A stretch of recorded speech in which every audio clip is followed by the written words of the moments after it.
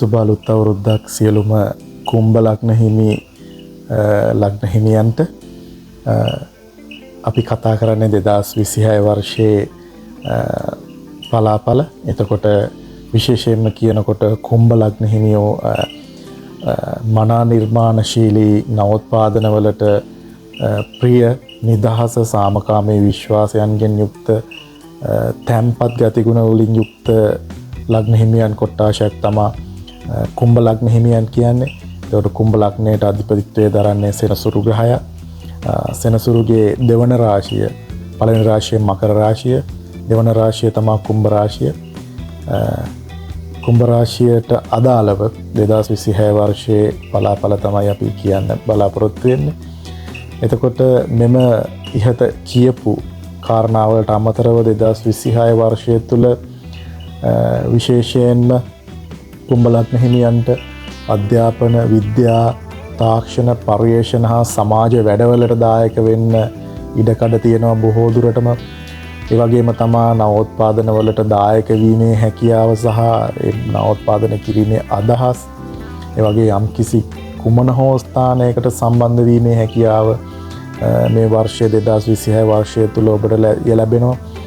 ඒ වගේම තමයි ඔබගේ අදහස් හා ක්‍රියා නිවැරදිව භාවිතා කරන්න අවස්ථාව ලැබෙනවා.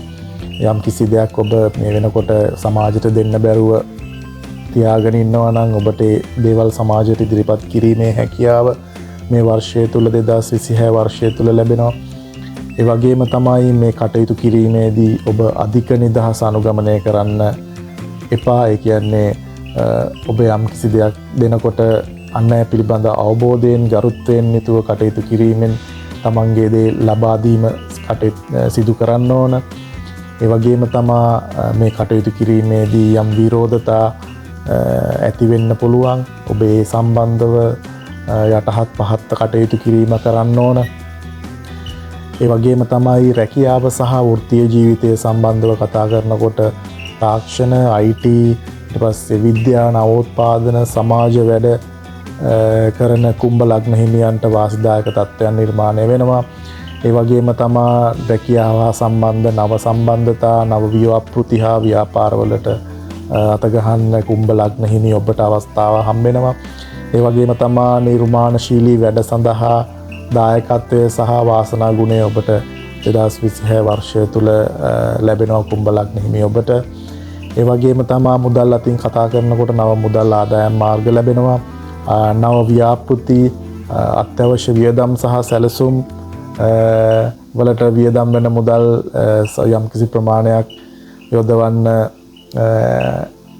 හැකියාව ලැබෙනවා. ඒ යොදවන මුදල් වලින් දීර්ඝකාලීන ලාභයක් ලබා ගැනීමේ හැකියාව ඔබට තියෙනවා. ඒ වගේම තමයි ආදරය සහ විවාහය සම්බන්ධව කතා කරනකොට නව ආදර සම්බන්ධතා ඇති වෙන්න ඉඩකඩ තියෙනවා. ඒ වගේම තමයි මේ ආදර සම්බන්ධතාවලදී සත්‍ය හා විවෘත sannivedanaya ඔබ අනිවාර්යෙන් භාවිතා කරන්න ඕන පවත්වාගෙන යාම සඳහා. ඒ නිසා මෙම සම්බන්ධතාවලට බාධාවක් විදිහට නිවැරදි නොවන sannivedanaya සහ ව්‍යාජ සම්බන්ධතා ඇති කර ගැනීම, ඔබ විසින්ම ව්‍යාජ සම්බන්ධතා ඇති කර ගැනීම මෙම සම්බන්ධතා පවත්වා ගැනීමට බාධාවක් විදිහට මෙම අවුරුද්ද තුළ ඔබට අත්විඳින්න සිද්ධ වෙනවා. ඒ වගේම තමයි 2026 වර්ෂයේ විවාහය සම්බන්ධව කතා කරනකොට විවාහ ජීවිතයේ හවුල්කාරත්වය සහ නිදහස සම්බන්ධව ඔබ අවබෝධයෙන් කටයුතු කරන්න ඕන. ඒ වගේම තමා ඔබ වගේම ඔබගේ සහකරු හෝ සහකාරියගේ නිදහස සම්බන්ධයෙන් ඔබ අවධානයෙන් අවබෝධයෙන් කටයුතු කිරීම විවාහ ජීවිතය පවත්වාගෙන යාම සඳහා මහත් රුකුලක් වෙන්න පුළුවන් 2026 වර්ෂය තුළ. ඒ වගේම තමයි අභ්‍යන්තර පරිවර්තනයන් සම්බන්ධව කතා කරනකොට ඔබ 2026 වර්ෂයේ අවසාන භාගය වෙන විට ඔබට අවබෝධ කරගන්න පුළුවන් නිදහස සහ වගකීම් අතර සම්බන්ධතාවය. ඒ වගේම තමයි පරණ සීමා, ඒ කියන්නේ පරණ ඔබ දාලා තියෙන යම්කිසි සීමා, ඔබ ජීවිතේ දාලා තියෙන යම්කිසි ප්‍රතිපත්ති කිව්වොත් නිවැරදි, යම්කිසි සීමාවක් කිව්වොත් ඒත් නිවැරදි. අපි සීමාවක් කියලා කිව්ව මේ සීමා සහ වැරදි අත්හැරීම සිදු කරන වර්ෂයක් වෙනවා 2026 වර්ෂයේ. සීමා වලින් ඇති වැඩක් නැහැ කියලා ඔබ අවබෝධ කරගන්නවා. ඒ වගේම තමා අභ්‍යන්තර සංසුන්භාවය යහපත් කියලා අවබෝධ කරගන්න වර්ෂයක් වෙනවා 2026 වර්ෂය. ඒ වගේම තමයි මුදල් සම්බන්ධයෙන් ඔබට ලබා දෙන්න පුළුවන් උපදේශය තමා නව ආයෝජන අවස්ථා පරීක්ෂා කර ආයෝජනයට එළඹීම සිදු කරන්න ඕන. ඒ වගේම සැලසුම් සහගතව සහ යම් කිසි ආයෝජන අවස්ථාවක් සම්බන්ධ නිරීක්ෂණයකින් ආයෝජන අවස්ථාවට එළඹීම සිදු කරන්න ඕන. ඒ වගේම තමා ආදරය සහ විවාහ සම්බන්ධයේ විශ්වාසය අනිවාර්යෙන් පවත්වා ගැනීම කළ යුතුයි. ඒ වගේම තමා සාමකාමීව ක්‍රියා කළ යුතුයි. සමස්තයක් විදිහට කුම්භ ලග්න හිමියන්ට 2026 වර්ෂය තුල කියන්නේ ඔබ නව අදහස් සම්බන්ධතා සහ නිර්මාණශීලී ව්‍යාපෘති මගින් ජීවිතය විහිදෙන වසරක් කියලා තමයි 2026 වර්ෂය කුම්භ ලග්න හිමි ඔබට වාසනාවන්ත වර්ෂයක් විදිහට කියන්න තියෙන්නේ.